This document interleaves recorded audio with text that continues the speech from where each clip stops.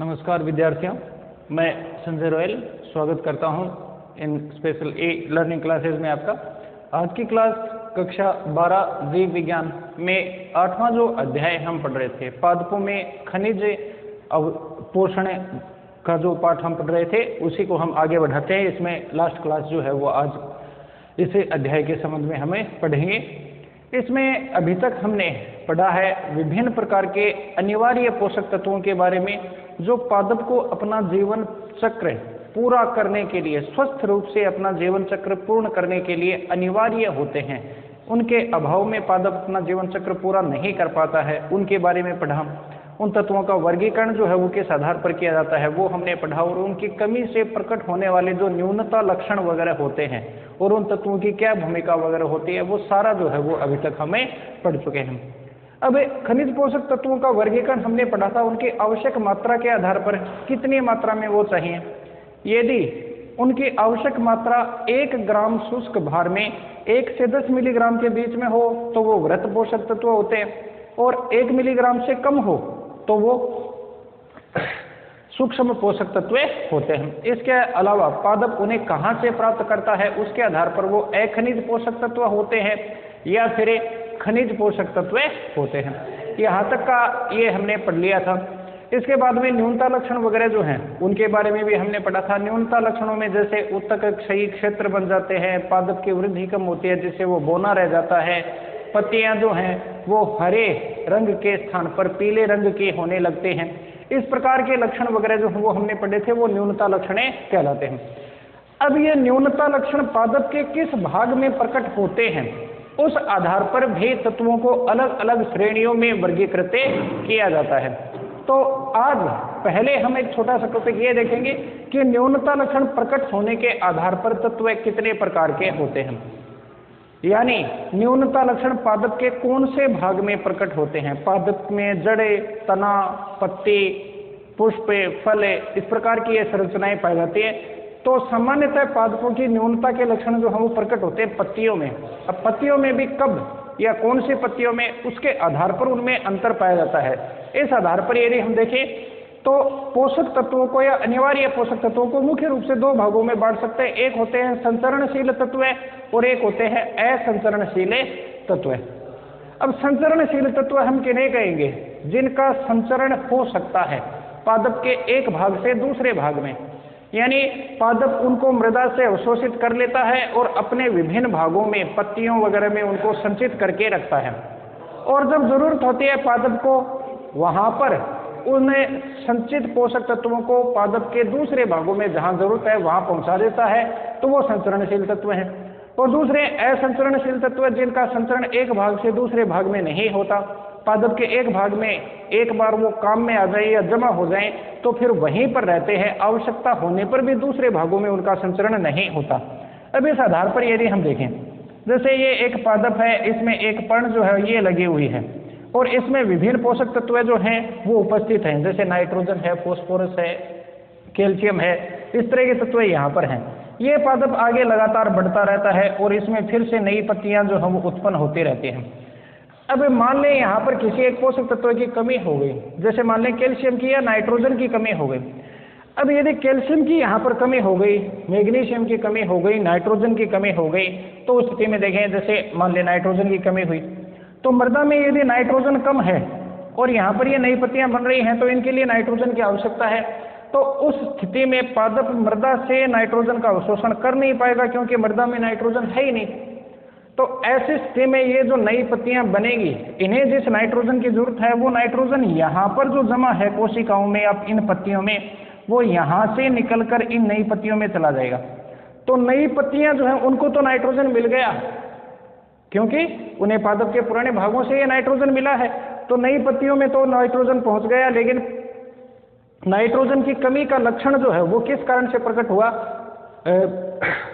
कहां पर प्रकट हुआ? पुरानी पत्तियों में। पुरानी पत्तियों से ये नाइट्रोजन इसी कारण से बाहर निकला है क्योंकि मृदा में नाइट्रोजन नहीं था। यदि मृदा में नाइट्रोजन होता तो सीधे नई पत्तियों तक चला जाता और उसकी कमी के लक्षण पादप में प्रकट होते ही नहीं। नाइट्रोजन नहीं होने पर जहां नई पत्तियों में जरूरत है वहां पर पुरानी पत्तियों से निकलकर पहुंच गया। तो पुरानी पत्तियों से नाइट्रोजन इसलिए निकला क्योंकि यह संचरणशील तत्व है और आवश्यकता होने पर संचरित होकर नई पत्तियों में पहुंच जाता है, इसलिए इसकी न्यूनता के लक्षण जो है वो पुरानी पत्तियों में प्रकट होते हैं। तो सीधा सा है, संचरणशील तत्व वे तत्व जिनकी न्यूनता के लक्षण पादप की पुरानी पत्तियों में पहले प्रकटे होते हैं वो संचरणशील तत्व कहलाते हैं। जैसे 3 वृहत खनिज पोषक तत्व NPK, नाइट्रोजन, फास्फोरस, पोटेशियम, ये तीनों के तीनों जो हैं वो संचरणशील तत्वों में शामिल किए जाते हैं। इसके अलावा भी यदि हम देखें जैसे मैंगनीज है, जिंक है, ये भी संचरणशील तत्व हैं। मृदा में इनकी कमी होने पर पहले पुरानी पत्तियों में इनके लक्षण प्रकट होंगे। दूसरे असंचरणशील तत्व जैसे यहाँ पर मान लें कैल्शियम है, कैल्शियम इन पत्तियों में कोशिका भित्ति के अंदर जमा है। ये पुरानी पत्तियां जब बन रही थी, पहले ये पत्तियां जब बनी थी तब मृदा में कैल्शियम की कमी नहीं थी, लेकिन बाद में अवशोषण हो गया कैल्शियम का और यहाँ पर जमा हो गया, अब मृदा में इनकी कमी हो गई। अब मृदा में इनकी कमी है और नई पत्तियां जो बनेंगी उनमें इनकी जरूरत है, तो मृदा में कम होने के कारण से सीधे सीधे ये मृदा से ही यहाँ तक पहुँच रहे थे, मृदा में इनकी कमी है, इसलिए इन नई पत्तियों को ये पोषक तत्व मिल ही नहीं पाएगा, पुरानी पत्तियों से निकल नहीं सकता क्योंकि असंचरणशील है, इसलिए इसकी कमी के लक्षण जो है वो नई पत्तियों में प्रकट होते हैं। तो वे पोषक तत्व जिनकी कमी के लक्षण नई पत्तियों में प्रकट होते हैं वो असंचरणशील पोषक तत्व कहलाते हैं। इनके अंदर शामिल किया जाता है जैसे कैल्शियम है, कॉपर है, सल्फर है, इस तरह के जो तत्व हैं वो असंचरणशील तत्वों की श्रेणी में आते हैं। और तीसरे हैं ऐसे पोषक तत्व जिनकी कमी के लक्षण शीर्ष कलिका में प्रकट होते हैं, जिसके कारण से सामान्यतः बोनेपन का लक्षण प्रकट होता है। संचरणशील, असंचरणशील, ये दो हैं महत्वपूर्ण। वैसे तो शीर्ष कलिका में जिनकी कमी के लक्षण प्रकट होते हैं उससे बोनापन, पादप का ठूंठ जैसा रह जाना, इस तरह के न्यूनता लक्षण प्रकट होते हैं। ऐसे पोषक तत्व जो है उनमें शामिल किया जाता है कैल्शियम है, बोरोन है, इस तरह के जो तत्व हैं वो इस श्रेणी में शामिल किए जाएंगे। तो इस आधार पर देखिए तो 3 प्रकार के तत्व हो गए, मुख्य रूप से इनको ध्यान में रख लेना। 2 तरह के तत्व पाए जाते हैं, एक वे तत्व जिनकी कमी के लक्षण पुरानी पत्तियों में प्रकट होते हैं वो संचरणशील तत्व हैं, और वे तत्व जिनकी कमी के लक्षण नई पत्तियों में प्रकट होते हैं वो असंचरणशील तत्व कहलाते हैं। इसके बाद में हम आगे बढ़ते हैं, इसमें पढ़ेंगे खनिज तत्वों के अवशोषण की क्रिया विधि। ये इस अध्याय का अंतिम जो बिंदु है वो रहेगा जिसके बारे में हम पढ़ेंगे। यानी खनिज पोषक तत्व जो हम मृदा से अवशोषित किए जाते हैं, मृदा से इनका अवशोषण जो है वो पादप का वो भाग करेगा जो मृदा के अंदर पाया जाता है, और वो भाग होता है जड़। यानी पोषक तत्वों का अवशोषण जो है वो जड़ करती है, लेकिन जड़ का भी कौन सा भाग, जैसे जल के अवशोषण में हमने पढ़ा था, जल का अवशोषण मूल या जड़ का वह भाग करता है जिसमें मूल रोम पाए जाते हैं, तो मूल रोम क्षेत्र के द्वारा अवशोषण होता है। लेकिन खनिज पोषक तत्वों का अवशोषण जो है वो मूल रोम क्षेत्र के द्वारा नहीं होता। अध्ययनों से ये पता चला है कि मूल के द्वारा खनिज पोषक तत्वों का अवशोषण मूल के मूल रोम वाला जो क्षेत्र है उससे नीचे जो क्षेत्र होते हैं उनके द्वारा होता है, और वो होते हैं एक तो विभज्योतक या विभाजनशील क्षेत्र, और उसके बाद में ऊपर की तरफ पाया जाने वाला दीर्घीकरण क्षेत्र। तो एक छोटा प्रश्न कई बार 1 नंबर का पूछ लिया जाता है, इसको ध्यान में रखोगे कि मूल का कौन सा भाग खनिज पोषक तत्वों का अवशोषण करता है, तो वो होगा विभाजनशील क्षेत्र और दीर्घीकरण क्षेत्र। जिसके ऊपर होता है मूल रोम क्षेत्र वो खनिज तत्वों का अवशोषण नहीं करता। अब यहाँ पर इस भाग में पाई जाने वाली जो कोशिकाएं हैं, चाहे वो विभज्योतक क्षेत्र की हों चाहे दीर्घीकरण क्षेत्र की हों, वो कोशिकाएं इन खनिज पोषक तत्वों को अवशोषित करके कैसे मृदा विलयन से पादप की कोशिका के अंदर लेती हैं, उनको हम यहाँ पर पढ़ेंगे। अब खनिज पोषक तत्व हैं जो मृदा में या मृदा विलयन में पाए जाते हैं। मृदा में जल होता है और जल में जो खनिज पोषक तत्व है वो आयनों के रूप में घुले हुए रहते हैं, और यहीं से आयनों के रूप में इनका अवशोषण होता है, यानी प्लस और माइनस आयनों के रूप में, जैसे nitrate, nitrite, ammonium, calcium 2+, K+, इस तरह के जो पोषक तत्व है उन सब का अवशोषण इस रूप में होगा। अब ये अवशोषण जो है वो दो प्रकार से होता है। क्रिया विधि की यदि हम बात करें तो इसकी दो क्रिया विधियां जो हैं वो पादपों में पाई जाती हैं, एक निष्क्रिय अवशोषण और एक सक्रिय अवशोषण।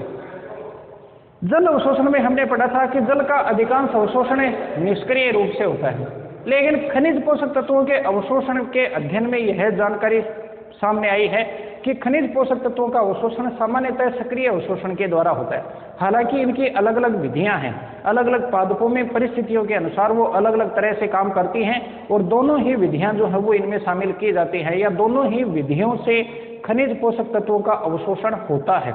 निष्क्रिय अवशोषण भी होता है, सक्रिय अवशोषण भी होता है। अब निष्क्रिय और सक्रिय अवशोषण की जो अलग अलग परिकल्पनाएं हैं जो ये समझाती हैं कि कैसे निष्क्रिय अवशोषण है, कैसे सक्रिय अवशोषण है, उनको हम बाद में पढ़ेंगे। पहले निष्क्रिय और सक्रिय अवशोषण में सीधा सा अंतर देखें क्या होता है, तो उसके आधार पर देखें। निष्क्रिय अवशोषण जो है इसमें पादप को जैविक ऊर्जा की आवश्यकता जो है वो नहीं होती, तो जैविक ऊर्जा की आवश्यकता नहीं होती, जबकि इसमें जैविक ऊर्जा आवश्यक है। पादप इसमें जैविक ऊर्जा खर्च करता है और फिर ऊर्जा खर्च करके आवरणों को अवशोषित करता है। तो पादप का सीधे सीधे भाग नहीं होता, पादप निष्क्रिय होता है अवशोषण में, तो निष्क्रिय अवशोषण हो गया। पादप सक्रिय रूप से अवशोषण करता है ऊर्जा खर्च करके, तो वो है सक्रिय अवशोषण। इसमें एटीपी की आवश्यकता नहीं है, इसमें एटीपी जो कोशिका की ऊर्जा मुद्रा है उसकी आवश्यकता होगी। इसमें खनिज पोषक तत्वों का अवशोषण जो है वो उनके विद्युत रासायनिक विभव प्रवणता के अनुसार होता है, अनुसार होता है। तो विद्युत रासायनिक विभव प्रवणता जो है वो क्या है उसको देखें। विद्युत रासायनिक विभव प्रवणता का मतलब ये है कि कई बार इन कोशिकाओं में जो आयन पाए जाते हैं, कोशिकाओं में भी आयन होते हैं धनायन और ऋणायन, वहां पर उनकी मात्रा जो है वो अधिक हो जाती है। जैसे यहाँ पर धनायन ज्यादा हो गए, बाहर धनायन कम है, तो इसका मतलब इनमें एक प्रवणता उत्पन्न हो गई। इनके जो आवेश हैं उन आवेशों में अंतर आ गया और उस आवेशों के अंतर को ही हम प्रवणता कहेंगे।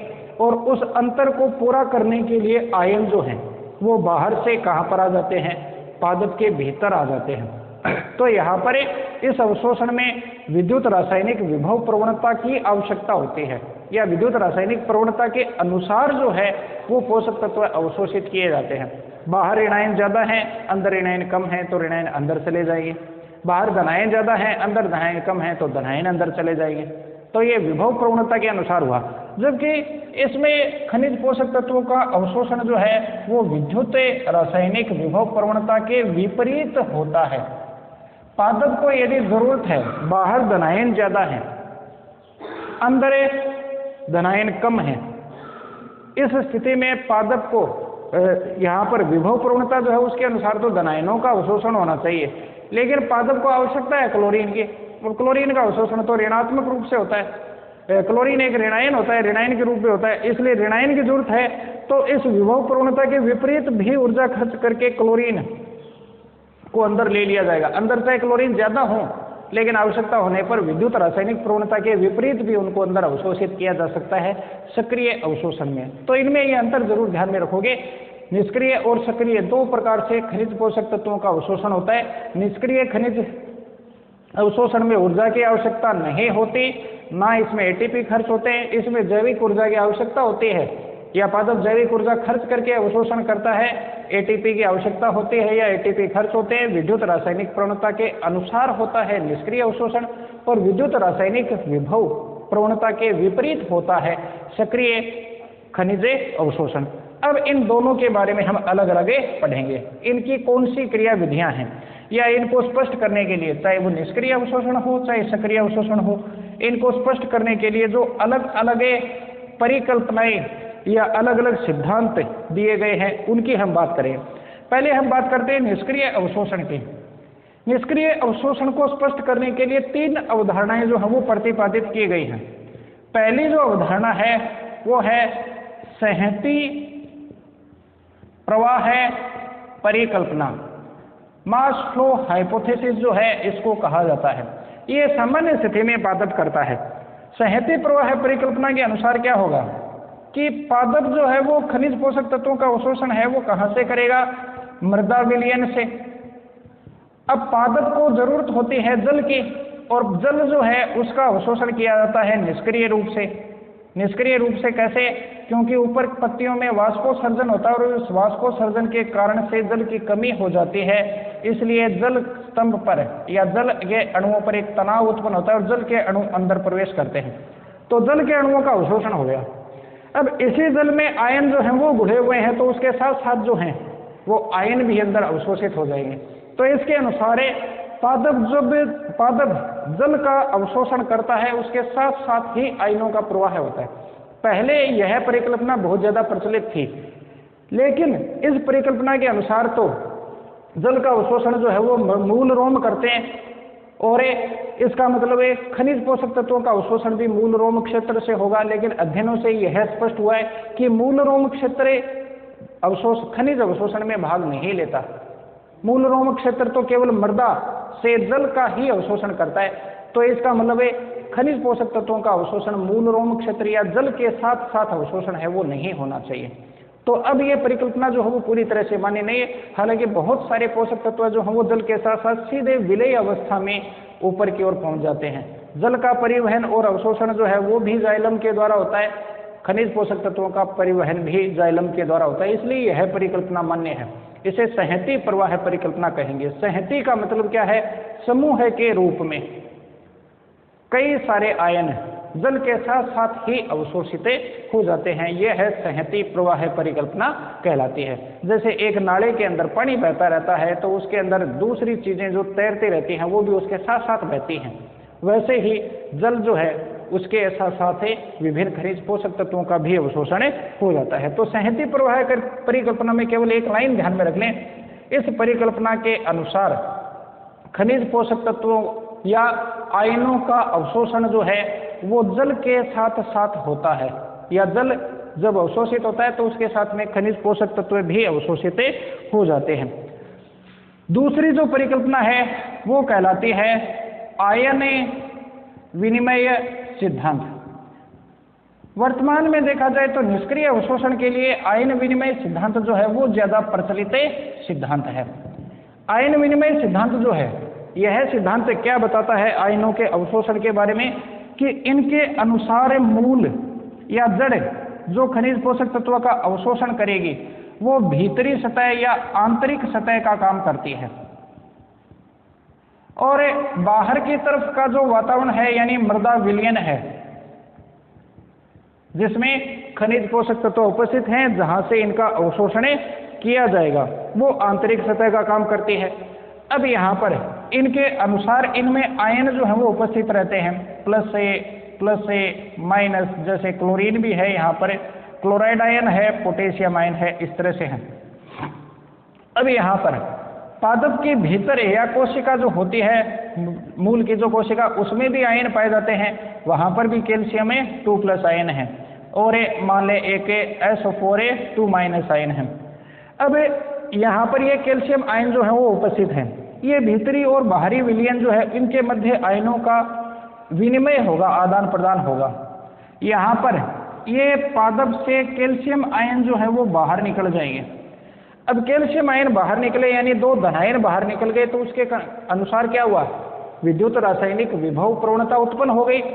इसको बराबर करने के लिए 2+ आयन, 2 धनावेश बाहर निकले हैं, तो इसके बदले में 2 पोटेशियम आयन अंदर चले जाएंगे। यानी पोटेशियम का अवशोषण कैसे हुआ? कैल्शियम के बदले में हुआ, कैल्शियम का विनिमय करके पोटेशियम का अवशोषण हुआ। या फिर क्लोरीन की आवश्यकता है तो सल्फेट आयन बाहर निकलेगा, यानी 2- बाहर निकले, तो इसको पूरा करने के लिए 2 क्लोरीन जो है वो अंदर आ जाएंगे। यह परिकल्पना आयन विनिमय परिकल्पना या आयन विनिमय सिद्धांत कहलाती है। इस सिद्धांत के अनुसार पादप के भीतरी भाग और मृदा विलयन के मध्य आयनों का आपस में विनिमय या आदान प्रदान होता है, और यह विनिमय समान आयनों के मध्य होता है। समान आयनों के मध्य विनिमय होने का मतलब है धनायन का विनिमय जो है वो धनायन के साथ होता है, ऋणायन का विनिमय जो है वो ऋणायन के साथ होता है। तो सीधा सा ध्यान में रखें, पादप का अवशोषी क्षेत्र और मृदा विलयन क्षेत्र के मध्य आयनों का विनिमय होने से उनका अवशोषण होगा, और यह विनिमय समान आवेशित आयनों के मध्य ही आपस में होता है। धनायन के बदले में धनायन का विनिमय, ऋणायन के बदले में ऋणायन का विनिमय होता है। इसके अलावा एक तीसरी परिकल्पना जो है वो और दी जाती है, जिसे डोनेन साम्य अवस्था सिद्धांत कहते हैं। डोनेन साम्य अवस्था सिद्धांत जो है यह इस सिद्धांत से थोड़ा सा अलग है। इनके अनुसार साम्य अवस्था, कोशिका में साम्य अवस्था यानी प्लस और माइनस को बराबर बनाए रखना आवश्यक होता है। तो उसके अनुसार यहाँ पर बाह्य विलयन यानी मृदा और जड़ के मध्य आयनों का अवशोषण होगा। जैसे उदाहरण से देखें, यहाँ पर कैल्शियम जो है वो अंदर से बाहर आ गए, तो दो धनावेश बाहर आ गए, विद्युत रासायनिक प्रवणता उत्पन्न हो गई। आयन विनिमय सिद्धांत कहता है कि इसके बदले में ही प्लस आयन जो है वो अंदर जाएंगे। लेकिन यहाँ पर इस सिद्धांत के अनुसार यदि देखा जाए तो कैल्शियम आयन जो है वो बाहर गए हैं, इससे यहाँ की साम्य अवस्था प्रभावित हो गई। इस साम्य अवस्था को प्रभावित करने के लिए सल्फेट आयन जो है वो भी बाहर आ जाएंगे, या क्लोराइड आयन जो है वो बाहर आ जाएगा। अब एक क्लोराइड आयन यदि बाहर आ गया, फिर भी अंदर एक प्लस आयन जो है वो क्या रह गया, कम रह गया। या फिर मान लें इसको बराबर करने के लिए सल्फेट आयन जो है वो बाहर निकले, तो दो माइनस भी बाहर निकल गए। लेकिन इसी अवस्था में दो माइनस आयन और अतिरिक्त रूप से बाहर निकल गए, तो इन को बराबर करने के लिए यहाँ पर बदले में क्या होगा, प्लस या माइनस में से कोई एक आवेश बाहर निकलेगा। तो साम्य अवस्था को बनाए रखने के लिए जैसे माइनस अंदर कम है तो उस स्थिति में, या माइनस अंदर ज्यादा है तो उस स्थिति में माइनस को बराबर करने के लिए प्लस जो है वो अंदर आ जाता है। या फिर यहाँ पर देखें तो जैसे क्लोरीन का अवशोषण हुआ, क्लोरीन का अवशोषण हुआ तो उसके बदले में क्या होगा, एक पॉजिटिव आयन यानी पोटेशियम का भी अवशोषण हो जाएगा साम्य अवस्था को बराबर बनाए रखने के लिए। इसे डोमेन साम्य अवस्था सिद्धांत कहते हैं। हालांकि ये कोई ज्यादा विशेष सिद्धांत नहीं है, तो इसको रहने दें, डोमेन के द्वारा ये दिया गया था। तो केवल आयन विनिमय सिद्धांत है, इसको थोड़ा सा पढ़ लें, बस सीधा सा है। इसके अनुसार पादप की मूल और मृदा विलयन के मध्य आयनों का विनिमय होने से उनका अवशोषण होता है, और ये आयन विनिमय सदैव समान आवेशित आयनों के मध्य होता है, यानी धनावेश के बदले में धनावेश, ऋणावेश के बदले में ऋणावेश का अवशोषण होगा। इसके बाद में अवशोषण की दूसरी क्रिया विधि, निष्क्रिय नहीं, सक्रिय अवशोषण क्रिया विधि जो है उसके बारे में हमें पढ़ेंगे। अब निष्क्रिय अवशोषण क्रिया विधि में क्या था, ऊर्जा खर्च नहीं होती। सक्रिय अवशोषण क्रिया विधि है उसमें ऊर्जा खर्च होगी। इसको भी स्पष्ट करने के लिए अलग अलग सिद्धांत या परिकल्पनाएं जो हैं वो प्रतिपादित की गई हैं। इसमें एक महत्वपूर्ण परिकल्पना जो है वो यह वाहक संकल्पना है। इसके अनुसार खनिज पोषक तत्व जो हैं वो बिना ऊर्जा खर्च किए अपने आप अवशोषित नहीं होते हैं, ऊर्जा खर्च करके अवशोषण करना होता है। और जो अणु ऊर्जा खर्च करके इनका अवशोषण करता है, इन्हें बाहर से अंदर पहुंचाता है, उसको कहा जाता है वाहक। तो इस परिकल्पना के अनुसार वाहक की आवश्यकता होती है। अब ये वाहक कहाँ होगा, कैसे होगा, उसको देखें हम। ये है मूल, जो खनिज पोषक तत्वों को अंदर लेगी। ये आंतरिक सतह का काम करती है, या आंतरिक भाग हो गया। और ये है मृदा विलयन, जिसमें विभिन्न पोषक तत्व उपस्थित हैं। अब इस मृदा विलयन और आंतरिक सतह के बीच में ये कोशिकाएं जो है वो अवशोषण करेंगी। ये जो कोशिका है वो मान ली हमने ये मूल की कोशिका हो गई, जो आंतरिक सतह का काम करती है। इस कोशिका के और मृदा विलयन के मध्य यहाँ पर कोशिका झिल्ली उपस्थित है। और कोशिका झिल्ली के बारे में हम जानते हैं, कोशिका झिल्ली जो है वो एक चयनात्मक पारगम्य झिल्ली की तरह से काम करती है, जो फॉस्फोलिपिड की बनी हुई एक दोहरी परत के समान होती है। इसके बीच बीच में क्या पाए जाते हैं, प्रोटीन के अणु भी पाए जाते हैं। और यही प्रोटीन के अणु जो हैं वो वाहक का काम करते हैं। अब ये वाहक का काम कैसे करेंगे उसके अनुसार देखें। यहाँ पर इस आंतरिक सतह के द्वारा अवशोषण किया जाना है, वो भी ऊर्जा खर्च करके। तो जैसे यहाँ पर मान लें क्लोरीन की आवश्यकता हो गई, तो क्लोराइड आयन के रूप में इसका अवशोषण किया जाएगा। और दूसरा पोटेशियम की आवश्यकता है, तो पोटेशियम आयन के रूप में अवशोषण किया जाएगा। ये काम जो है वो ये वाहक करेगा। तो यह कार्य करने के लिए प्लाज्मा झिल्ली या कोशिका झिल्ली जो है, मूल कोशिका के कोशिका झिल्ली में वाहक प्रोटीन उपस्थित होते हैं, विशिष्ट प्रोटीन अणु उपस्थित होते हैं, और यही प्रोटीन अणु जो है वो वाहक का कार्य करते हैं। ये कैसे कार्य करेंगे? ये पहले ऊर्जा खर्च करके आयन के साथ में पहले ये ऊर्जा खर्च करेंगे। सामान्य स्थिति में जब अवशोषण नहीं करते हैं तो ये निष्क्रिय होते हैं। ऊर्जा खर्च करके ये सक्रिय होते हैं और फिर आयन के साथ में जुड़ जाते हैं, उससे इनके संरूपण में बदलाव आता है और फिर आयन जो है वो अवशोषित हो जाते हैं। कैसे, ये चीज देखें, इसको हम थोड़े से बड़े रूप में देखें। जैसे मान लें यह प्रोटीन वाहक है, पहले ये निष्क्रिय अवस्था में है तो इसे हमें निष्क्रिय वाहक कहेंगे। ये निष्क्रिय वाहक एक एटीपी खर्च करेगा, एटीपी खर्च करेगा तो ये बदल जाएगा किसमें? सक्रिय वाहक में प्लस एडीपी में। एटीपी टूटता है तो एडीपी बनता है। तो ये निष्क्रिय से कैसा हो गया? सक्रिय। निष्क्रिय था तब ये अपने साथ में आयनों को नहीं जोड़ता है, सक्रिय होने पर ये अपने साथ आयन को जोड़ लेगा और क्लोराइड आयन जो हो वो यहाँ पर आ जाएगा। तो इस आधार पर कह सकते हैं कि सक्रिय वाहक जो है वो जुड़ जाता है किसके साथ में? आयन के साथ में, और उससे क्या बनता है? वाहक आयन संकुल, यानी वाहक और आयन का जुड़ाव एक साथ हो जाता है, वो दोनों मिलकर एक अणु की तरह से काम करने लगते हैं। अब इसके सहरूपण में बदलाव होता है। ये सहरूपण में बदलाव कैसे होगा? जैसे कई बार हम देखें गेट जो होते हैं घूमने वाले दीवार के अंदर, एक दीवार है बीच में, इस दीवार, ये दो सतहें हैं, ये मान ले कमरा है, ये बाहर का भाग है, ये बीच में दीवार है। इस दीवार, ये दीवार जो है वो आयनों के लिए या हमारे लिए मान लो पारगम्य नहीं है तो हमें जाना पड़ेगा, तो उसके लिए दरवाजे की जरूरत होगी। अब ऐसी स्थिति में यहाँ पर ये दरवाजे का काम जो है वो वाहक करता है। तो यह सतह, आंतरिक सतह और बाह्य सतह जो है उसके बीच में जो सतह होती है या परत होती है जो उनको विभाजित करती है, वह सामान्य स्थिति में आयनों के लिए अपारगम्य है, क्योंकि उसमें पाए जाने वाले वाहक जो है वो निष्क्रिय होते हैं। लेकिन जब ऊर्जा खर्च करेंगे तो वो वाहक सक्रिय हो जाएंगे। सक्रिय वाहक अपने साथ में क्लोराइड आयन को जोड़ लेगा और इसके संरूपण में बदलाव आएगा। जैसे एक गेट होता है, ये इस स्थिति में है तो ये बंद है, अब ये अपने साथ में क्या करेगा? इस आयन को जोड़ लेगा। अब यहाँ पर ध्यान में रखें, जैसे मान लें ये तो है वाहक और ये है आयन। ये आयन निष्क्रिय अवस्था में नहीं जुड़ता लेकिन सक्रिय अवस्था में इससे जुड़ जाएगा। अब इसके संरूपण में बदलाव इस तरह से आएगा और ये आयन जो बाहर की तरफ था वो अंदर आ गया, और अंदर आते ही इसमें से ये आयन इससे अलग हो जाएगा। तो आयन जो है वो बाहरी सतह से कहाँ आ गया? भीतरी सतह की ओर। तो वाहक आयन संकुल बना, ये वाहक, ये आयन, ये इनका संकुल बना। अब ये वाहक आयन संकुल घूमकर कहाँ पर आ गया? भीतर की तरफ है। तब ये संकुल वापस टूट जाता है और वाहक जो है वो फ्री हो जाता है और आयन जो है वो भीतर छोड़ दिया जाता है। इस तरह से इनका क्या होगा? अवशोषण होगा। तो यह जो है वो वाहक संकल्पना कहलाती है। तो इसको आप जरूर से ध्यान में रखोगे, ये इंपॉर्टेंट थ्योरी है। खनिज अवशोषण क्रिया विधि में यदि कोई थ्योरी पूछी जाती है तो मुख्य रूप से यही थ्योरी जो है वो सामान्य स्थिति में पूछी जाएगी। तो इसके अनुसार आंतरिक और बाहरी सतह जो है, आंतरिक सतह जो खनिज तत्व का अवशोषण करती है वो, और बाह्य सतह मृदा विलयन जिसमें पोषक तत्व उपस्थित हैं वो, उनके मध्य एक अपारगम्य सतह पाई जाती है, झिल्ली पाई जाती है। लेकिन इस झिल्ली में वाहक उपस्थित होते हैं जो सामान्य स्थिति में निष्क्रिय होते हैं। जब अवशोषण की आवश्यकता होती है तो उस स्थिति में वाहक जो उपस्थित हैं इसमें वो ऊर्जा खर्च करके सक्रिय हो जाएंगे, और सक्रिय होते ही अपने साथ में आयन को जोड़कर वाहक आयन संकुल का निर्माण करेंगे।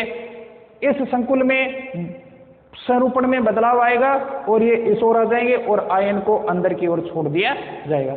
वाहक फिर निष्क्रिय हो गया, जब जरूरत पड़े फिर ऊर्जा खर्च करेगा और फिर दूसरे आयन को अंदर ले आएगा।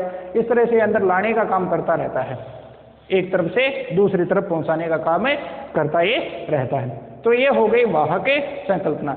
इसके बाद में दूसरी संकल्पना जो है वो हम पढ़ेंगे आयन पंप सिद्धांत। या तो दूसरा जो सिद्धांत है वो है साइटोक्रोम पंप सिद्धांत या आयन पंप सिद्धांत।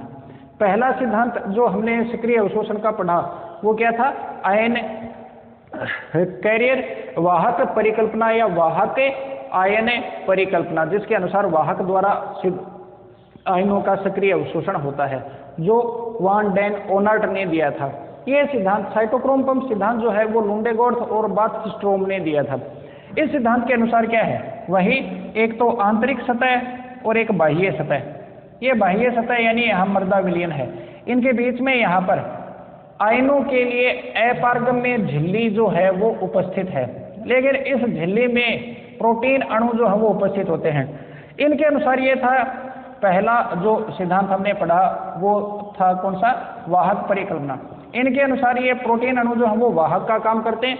इस सिद्धांत के अनुसार प्रोटीन अणु वाहक का काम नहीं करते, वो पंप का काम करते हैं, क्योंकि इसके अनुसार तो ये है कि प्रोटीन अणु जो इसमें उपस्थित होते हैं इसके संरूपण में बदलाव आना जरूरी है।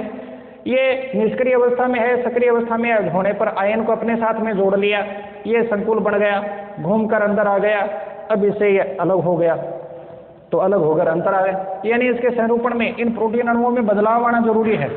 लेकिन लुंडेगॉर्थ और बाथस्ट्रोम ने ये देखा कि इनमें कोई बदलाव नहीं आता है, फिर भी ये आयनों को अंदर ले आते हैं बाहर से भीतर की ओर। क्यों? क्योंकि ये पंप की तरह से काम करते हैं, पंप की तरह से ये काम करेंगे और फिर आयनों को बाहर से अंदर की ओर लेकर आने का कार्य करेंगे। ये पंप जो है वो साइटोक्रोम प्रोटीन के बने हुए अणु होते हैं। तो साइटोक्रोम प्रोटीन अणु जैसे मान लें ये दो हैं, वो इस तरह से हैं और बाहर की तरफ यहाँ पर ये आयन उपस्थित है। अब यहाँ पर ये जो प्रोटीन अणु हैं ये इस प्रकार से काम करेंगे और ऊर्जा खर्च करके ये आयन को अपने साथ में जोड़ लेंगे। अब आयन जो है वो कहाँ पर है, बाहर की तरफ। अब इनमें बदलाव इस तरह से होता है कि ये यूं चेंज होंगे। अब यूं चेंज हुए तो जो आयन है यानी ये भाग जो बाहर था वो अब कहाँ आ गया, भीतर है। तो इस तरह से ये क्या करते हैं, आयन को बाहर से पकड़कर फेंकते रहते हैं। फेंकने के लिए, पंप करने के लिए जो ऊर्जा चाहिए वो किससे मिलती है, एटीपी से। यह कहलाता है साइटोक्रोम पंप सिद्धांत या आयन पंप सिद्धांत। तो इस सिद्धांत के अनुसार आयनों को पंप किया जाता है। अब यहाँ पर ये जो साइटोक्रोम पंप पाए जाते हैं, ये चीज देखी गई है कि ये निष्क्रिय रूप, सक्रिय रूप से केवल खनिज पोषक तत्वों में यदि देखा जाए तो केवल ऋणायन को पंप करते हैं। अब यहाँ पर इसके अनुसार देखें, जैसे 10 माइनस थे अंदर और 10 प्लस थे, जरूरत पड़ी तो क्लोराइड आयन को अंदर ले लिया। अब ऋणायन जो है वो कितने हो गए, 11। अब यहाँ पर विभव प्रवणता उत्पन्न हो गई, तो आयन ऋणायन जो है इसका तो ऊर्जा खर्च करके सक्रिय रूप से अवशोषण हो गया। इस विभव प्रवणता को पूरा करने के लिए या बराबर करने के लिए अंदर 11 माइनस हो गए, तो 11 प्लस बनाने के लिए एक पोटेशियम आयन अंदर आ जाएगा।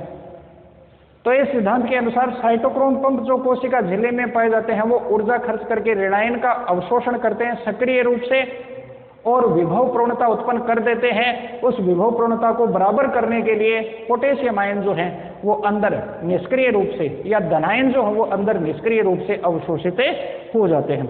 इसके बाद में एक तीसरी अवधारणा जो है पीटर माइकल के द्वारा जो अवधारणा प्रतिपादित की गई थी, सक्रिय अवधारणा, उसको देखिए, वो है विद्युत रासायनिक प्रवणता परिकल्पना। इस परिकल्पना की वैसे कोई ज्यादा मान्यता नहीं है, लेकिन ये साइटोक्रोम पंप से मिलती जुलती सी परिकल्पना है। इसके अनुसार भी यही है, जो कोशिका अवशोषण करती है उसकी झिल्ली में विशिष्ट प्रोटीन अणु पाए जाते हैं।